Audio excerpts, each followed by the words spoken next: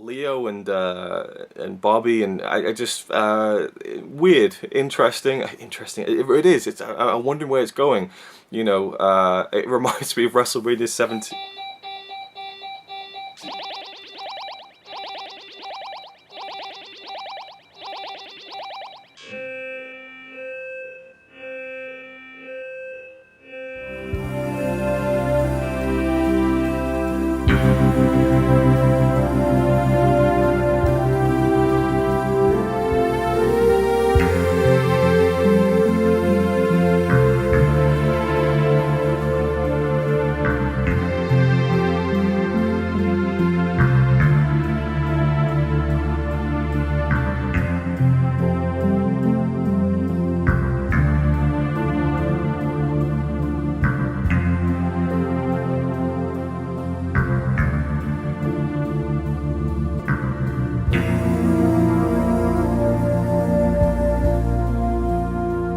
Hello, welcome to Slice 5 of my Twin Peaks journey. In this video I'll be talking about the second, third, fourth, fifth and sixth episodes of season 2 as a kind of a whole, just the storylines I'm enjoying, what I'm getting out of the show right now. Again, like I said earlier in the series, one of the menus on the first discs of season 1 shows you a clip of Nadine in the diner, which isn't in season 1, so I knew that her attempt to kill herself wasn't going to go through and that she would in fact survive. But I had no idea what was actually going to happen to her, where she comes back and she believes that she's 18 again and she has this freakish strength. And that scene when Ed sees her in the bed and she breaks out of her restraints and she starts doing the cheerleading chant. I mean, that was a scene that could very much go down like a fart in church, and just like, you know, one of those Twin Peaks moments, just very offbeat humor. And maybe that was the intention, but for me, I found that scene quite horrifying, because to see someone who you do love going through something like that, to me is absolutely terrifying. And I found it to be quite an affecting scene, even though they are playing it for humor in parts. But to me, I find it to be a really dark part of the series. And also what I loved, I think this was actually in the first episode of season 2, we get the backstory of Ed, Nadine and Norma, and the fact that Ed and Norma were together before when they were kids, and you know that they seemed to be the couple that would go off and kind of be you know meant for each other. And then she went off with Hank, and she didn't sleep with him, she just went off with him. And so Ed decided, right, I'm going to go off and marry this other girl, and he obviously instantly regretted it. And Norma came back and was devastated that, you know, Ed had done this, but he kind of stuck to what he'd done. And I love that little backstory. And of course, the incredible FBI agent character of Albert is there to hear the story and scoff at it, which is, and I really like his character. I forget the actor's name, but he passed away recently. And he's a cool character. He's such a prick, but you enjoy seeing him be a prick, especially in the second season. Some of his one-liners have really cracked me up. And there's a really interesting scene where, because he doesn't get on with the sheriff at all, he's about to leave, and him and the sheriff get into a bit of a tiff, and they grab each other by the scruff of their jackets, and they're about to get into another fight. And then Albert says something to the effect of, I pride myself on taking a good punch. He's like, I don't deal with things with retaliation or revenge. I deal with them with love. And I love you, Sheriff Truman. And then he leaves, and it's just so weird. Like, what the fuck was that? My concerns are global. I reject absolutely revenge, aggression, and retaliation. The foundation of such a method is love. I love you, Sheriff Truman.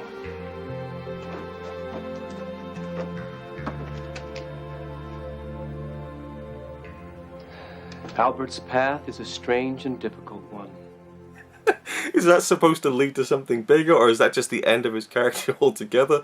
Was he just trying to get out of the situation by throwing a kind of a comment out of left field, or was that his genuine feeling that he loved him? I don't know. I really couldn't tell you, but I enjoy it nonetheless. The ongoing saga of Audrey at One-Eye Jacks, and the introduction of Jean Reno, played by the incredible Michael Parks. I mean, one of the greatest character actors of all time, in my opinion. He recently passed away too, sadly.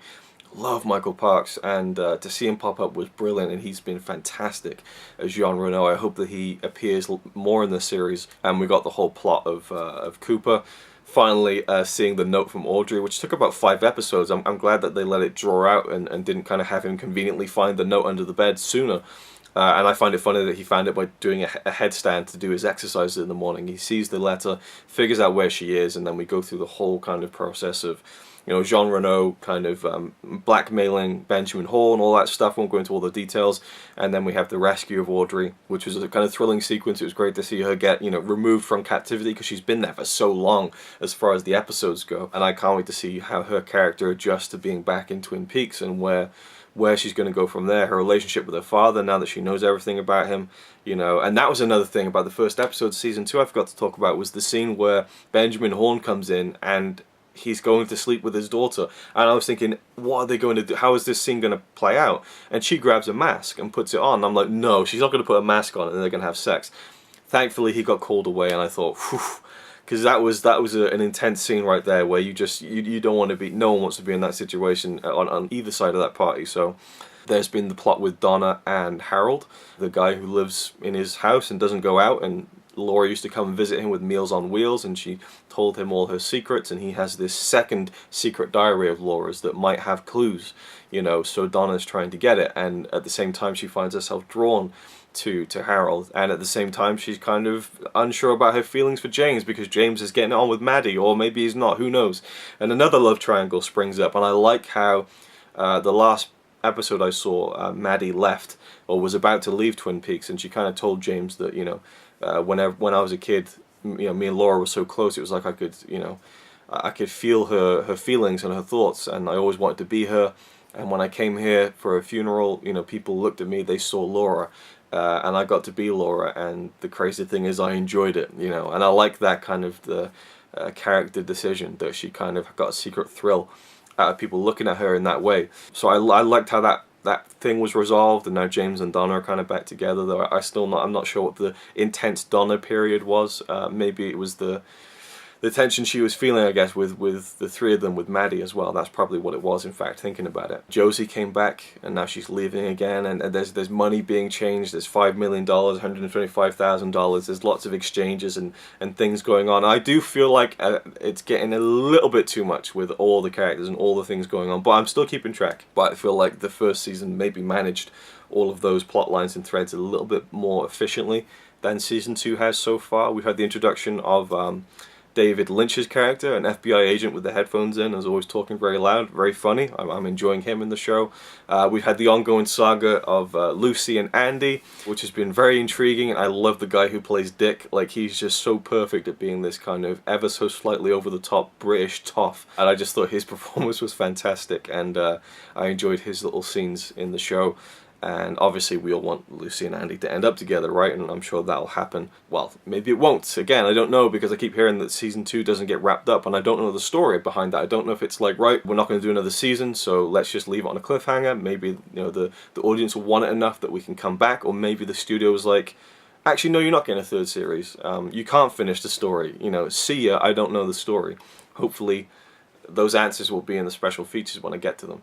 And again, the Nadine thing with Ed, I found very interesting. It hasn't been a big part of the show so far, just little snippets. And as I said, Donna meeting this guy Harold, the shut-in, who, you know, usually at Meals on Wheels, it's old people who can't get out and about, but this is a young guy, and an intelligent guy, and I like the intensity of the scenes he has with Donna. I found those scenes very interesting, and I like them a lot. And I hate using the word interesting too much, but it just keeps coming out with this, and it's just it catches my interest, the show, the scenes in the show, the new things that pop up, the things that are familiar and I enjoy. So yeah, and I forget the guy's name now, Catherine's husband, played by Jack Nance. I've enjoyed his part in the show, and the fact that he's still a part of it in small scenes, and seeing him go through the grief of losing a wife who he had kind of completely, you know, fallen out of love with, you know.